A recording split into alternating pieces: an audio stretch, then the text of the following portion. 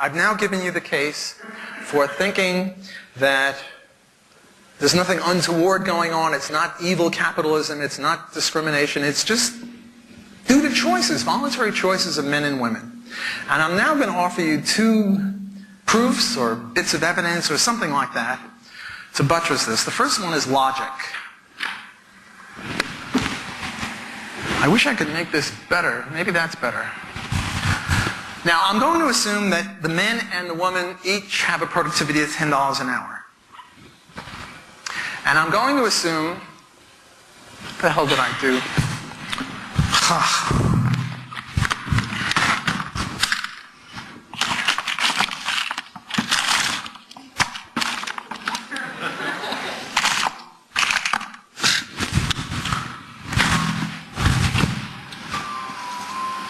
That should be a 7. This is all Bill Barnett's fault. I told him to do it. You can't get good help nowadays. That should be $7. Why 7? Because the male-female wage ratio is 70%, or the gap is 30%, or at least those are the numbers I'm using to illustrate this. So I'm assuming that you have an equally productive male and an equally productive female, and that the male's wage is $10 an hour and the woman's wage is $7 an hour. And I say to you that profit is the difference between productivity and wage, and that you earn 0 profit off the male, which is okay in equilibrium. In equilibrium, there are no profits. But you earn $3 an hour. See, I got the 7 correct down there, or Bill did. He just missed it up there. Now, I ask, is this sustainable? And the answer is nonsense. This is the feminist view. This is what people who say that there is a male-female gap and it's due to something untoward, that's what they're saying. They're saying that the male and the female are equally productive, which I'm willing to grant on average, men and women are equally productive. And they're saying that the male wage is 30% higher, or the gap is 30 cents or $3 an hour, which means, if it means anything, that you can earn a lot of profit off of a female. A female is if it has a little sign on a lapel, hire me and make an extra $3 an hour. Right? Isn't that what that means? Isn't that the logic of the argument? That if you hire a woman under these strange circumstances, you make an extra $3 an hour. That's not sustainable.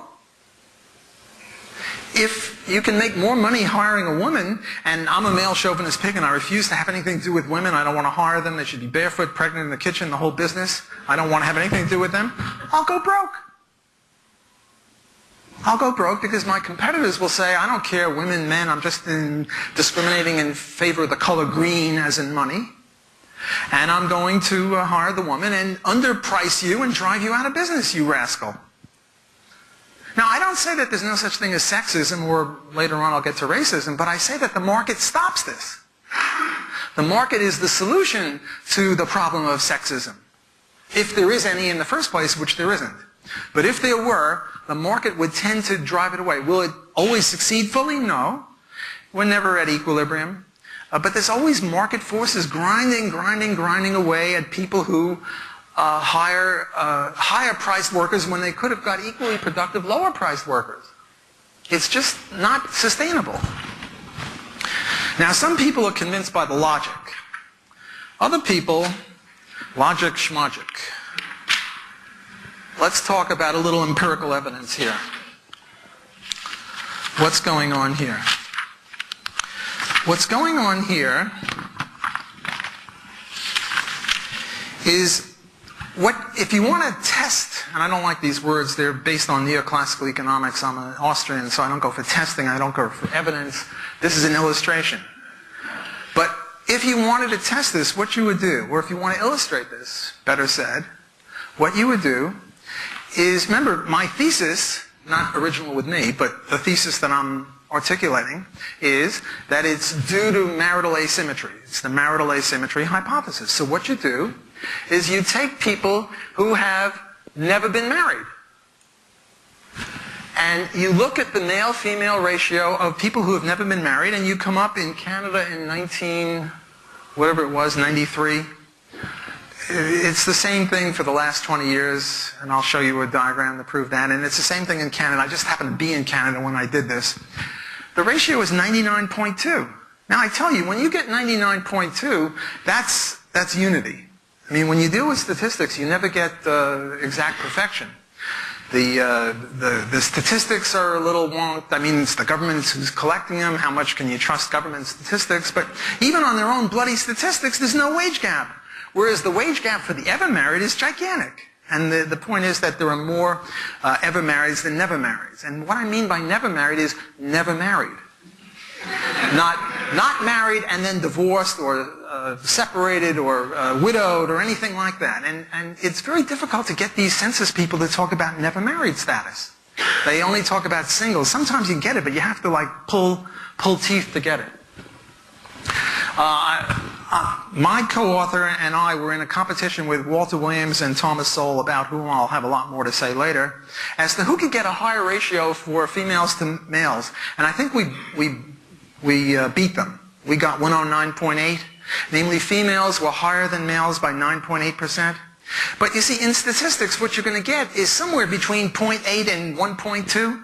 It'll vary. You never get pure 1.00 wage gap. You just don't get that. And anyone who's dealt with statistics knows that it's not a perfect thing like the logic that I just gave before. Looking at the other one there, you get a 93.4 for the never marrieds.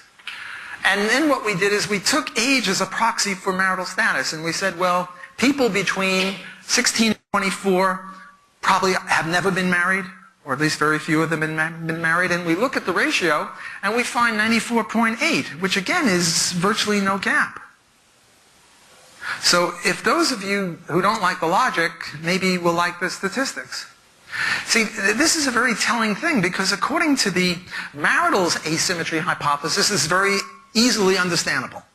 If you're married, the woman makes less because she's got more of a care, more of a weight on her back in the race. If you're unmarried, or between 16 and 24, which is a proxy for being unmarried, it's roughly equal. It ranges from 0.8 to 1.2, up and around that range. Namely, there's no gap. It's very incompatible with the other hypothesis. I mean, the other hypothesis said, you know, all women, because of their biology or their plumbing, we're against them. But why would there be such a gigantic difference between ever and never marrieds? There wouldn't be on their theory. So their theory is got problems. Here's another one. Another implication of this is that there are certain industries where there's a disproportionate number of females in them. Think banking, insurance, law, things like that. And there are others, mining, farming, where it's mostly men. And according to that, according to the other theory, there should be bigger profits in the area where there are females. But if there are bigger profits in the area where there are females in those industries, well, then capital would tend to move out of the male areas and into the female areas, because there'd be higher profits.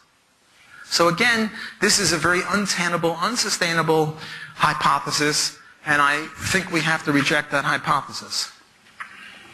Here's another one where you standardize for children, and you can see when there are children in the picture, the ratio goes down, because children are more of a burden on the mother. I don't say a burden in a bad sense. These are ideas that are voluntarily taken upon. I'm just saying that if you're looking at productivity in the market, and they have children, well, other things equal, children will lower your productivity in the market, because children are a pain in the neck.